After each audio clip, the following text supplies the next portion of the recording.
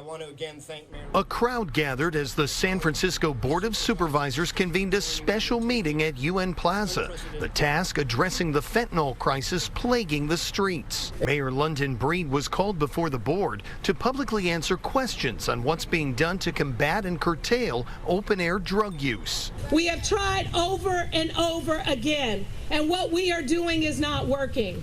And others blame the mayor for the growing problem. Within 15 minutes of the meeting, there was yelling and shouting. Let me ask my question. Soon, the mayor requested she answer the supervisors' questions elsewhere. We will recess this meeting to the Board of Supervisors chamber. While some supervisors were still near the street, officials say a protester threw a brick toward the stage. The person was quickly arrested and hauled away in handcuffs. Hey soldiers, what's going on in the cities, dark blue areas of our country continues to have a negative economic effect on those who can least afford it. I'm talking about the lower middle class and those at or below the poverty line.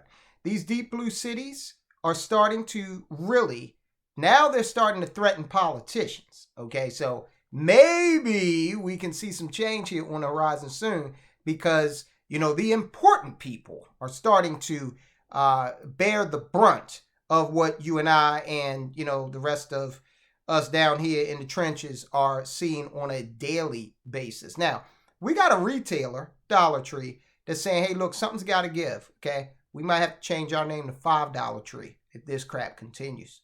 So we're going to go over that. You know how you walk into one of these retailers? And look, I walked into a retailer in a area that I didn't think was too bad, but apparently this is how you tell if the neighborhood is going to the dogs.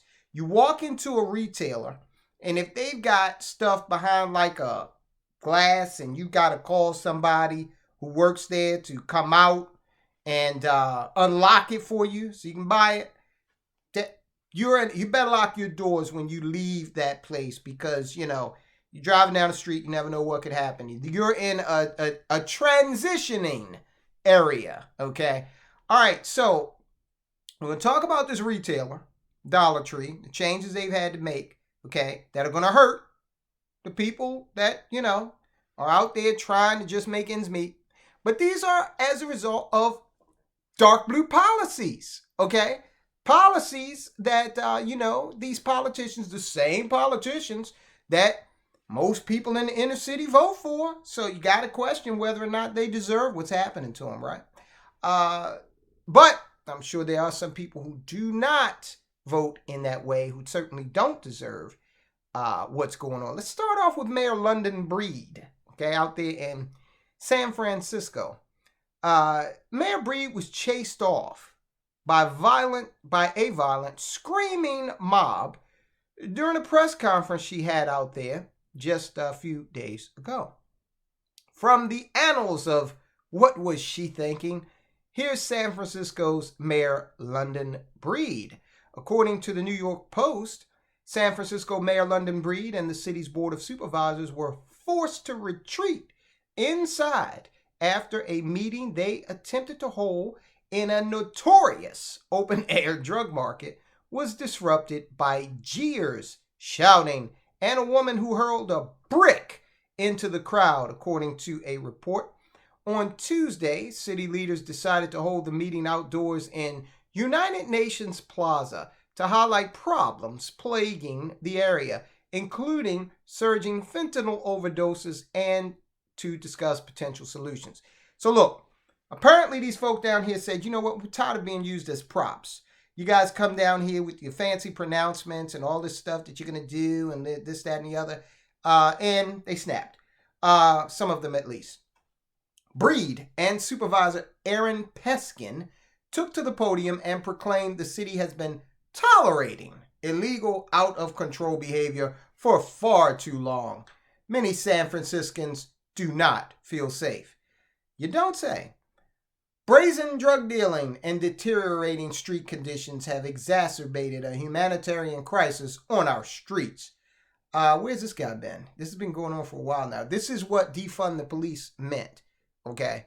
Because, when you don't have a buffer, remember, police, they go out and they don't meet with the, best people in the world. They don't interact with them. They interact most often with the dregs of society. Okay, on this channel, we're going to tell the truth.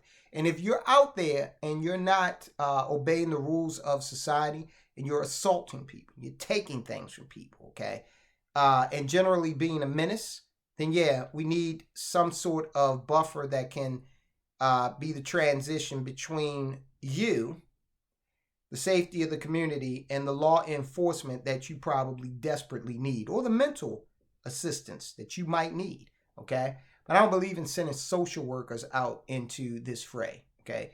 They're not trained for this. This is the stupidest idea that anyone ever suggested, was sending social workers out to do police work.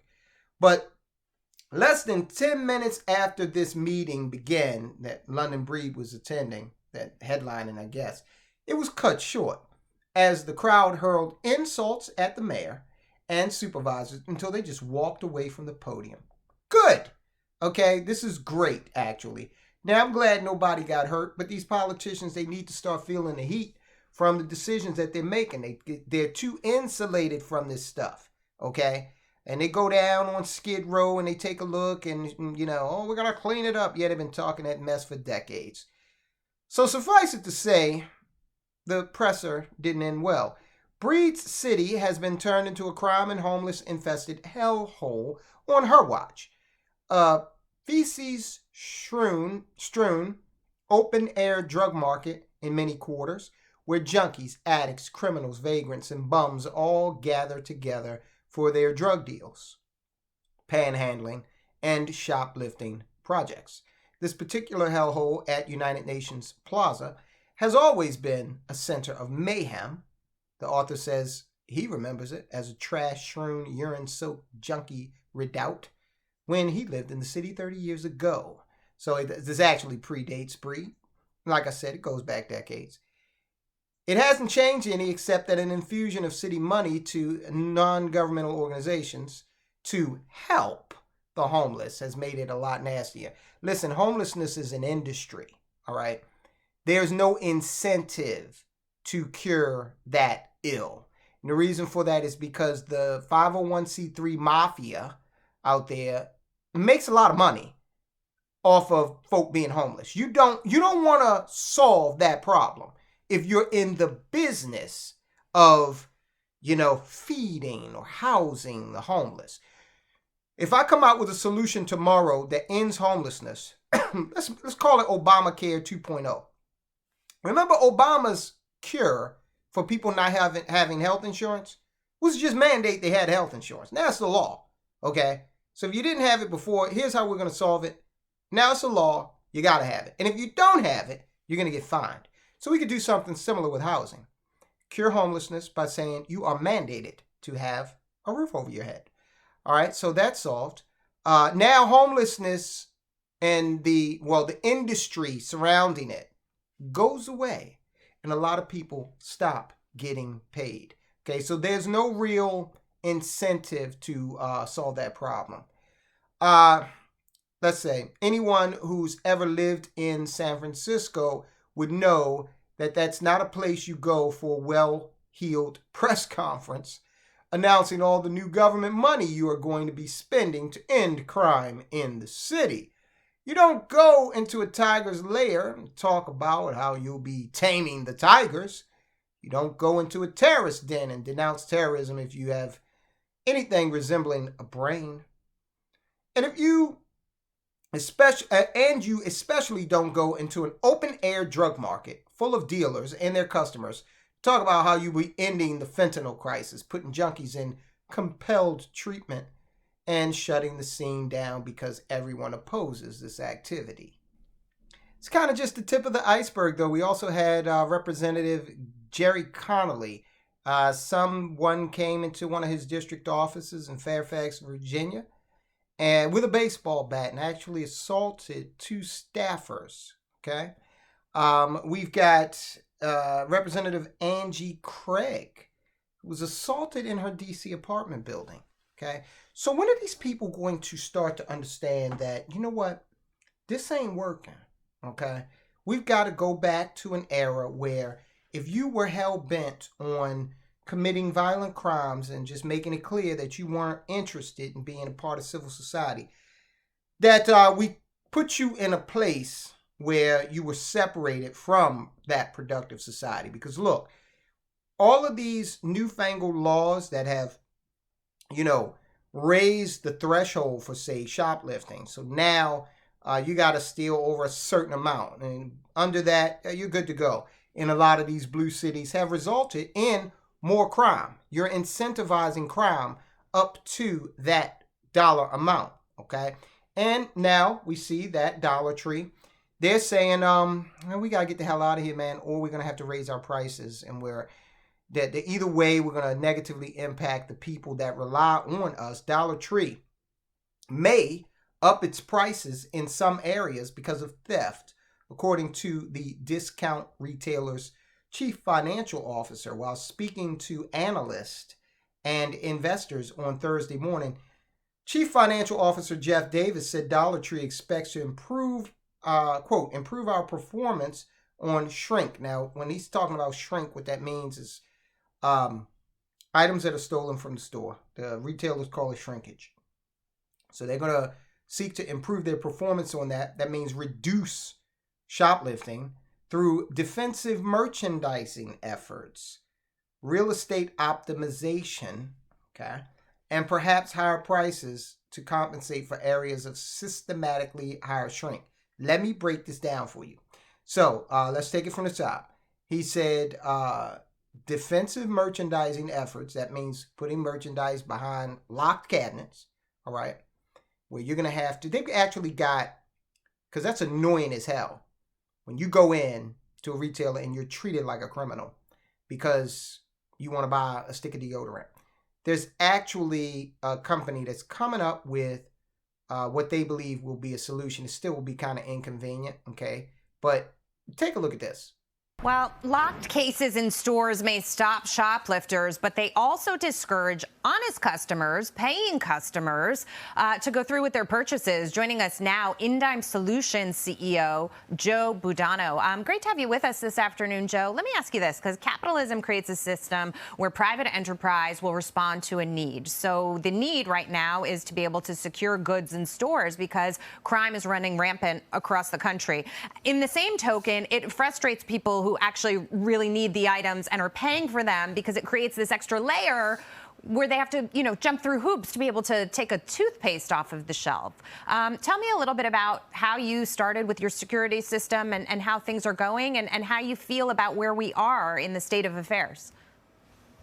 Yeah, thanks, Jackie. Well, we all know that theft is on the rise in retail. Retail has lost over $100 billion a year now to shoplifters, and something had to be done about it. So what retailers naturally have done is just lock up more merchandise, as you mentioned. And of course, that is a horrible customer experience, as we all know from our own personal shopping experience. But not only that, but it reduces sales 15 to 25%. It costs a lot of labor, and it's just a bad customer experience. So it's really the solution of last resort.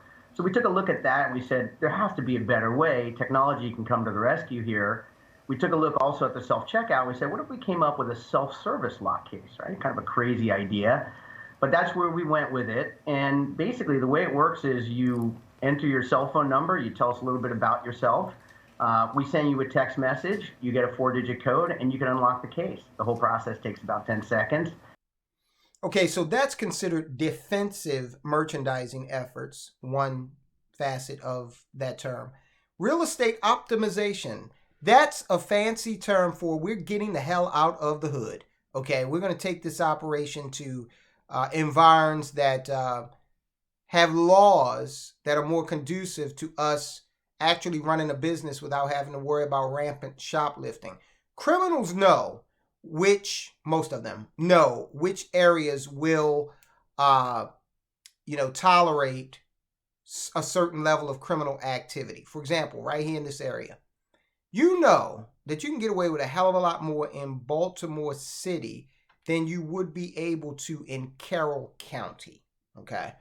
And so that's why crime concentrates in areas where there are, Democrats who don't want to hold people accountable.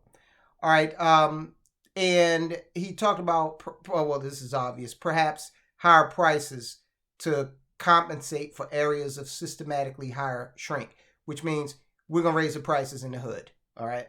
That's how you interpret all that. Shrink typically means theft and other inventory losses in the retail industry. I just told you that. He also said the company, which put out its first quarter earnings, anticipates that its, quote, mix of discretionary will normalize over time. Dollar Tree said Thursday that it projects its diluted earnings per share for the fiscal year will end up in the $5.73 to $6.13 range, an adjustment the retailer attributed to its expectation for the elevated shrink. Okay, so the level of shoplifting that they're experiencing is actually flowing over and heavily affecting their bottom line. So even if you don't shop there, if you're just a shareholder, okay, you are being, these shoplifters are taking money out of your pocket. And I know some smart ass out there is probably going to say, definitely not a soldier of finance, but somebody that watches this video is going to say, well, they're rich and they can afford it. Well, actually, a lot of mom and pop retail investors rely on stocks companies like Dollar Tree. Okay, I always say Wall Street is us. You got a 401k and IRA, all right? You're saving for a child's education, got an insurance policy that is linked to the S&P 500. Wall Street is us, guys. Those figures also accounted for an expected benefit of 29-cent contribution from the 53rd week and the 12-cent charge for the legal reserve, blah, blah, blah. It's stuff that you need to probably go over to the member section and join, and we explain stuff like that. So that's what's going on out here. We have the crime that's spilling out and affecting not only the politicians, they're being chased, being chased out of areas of the city that they govern. And I use that term loosely when it comes to these leftist politicians. But we're also seeing more fallout from retailers saying, you know what? Hey, guys, look, it's only so much we can do. So you either talk to your, talk to your cousins that enjoy meth, okay? Talk to Ted and the boys. Or you either talk to, Omar and his buddies, okay? And you get them straight and under control, or we're going to have to raise your prices. It's just the bottom line. All right, so guys, look, go over and I want you to check out why retailers keep doing this, okay? Because this doesn't help you either if you're a shareholder, all right? And if you don't like having certain social ideologies foisted upon you when you're just trying to go out there and buy school clothes, then you need to watch this video. Why do they keep doing this? All right. We're going to have a documentary coming up here over the weekend. It is 26th of May. We're going to have a documentary coming up here in a couple of days. It's going to go over exactly why they're doing it. But check out what Target did. Okay. Check out this insanity. All right, guys. I'll talk to you soon.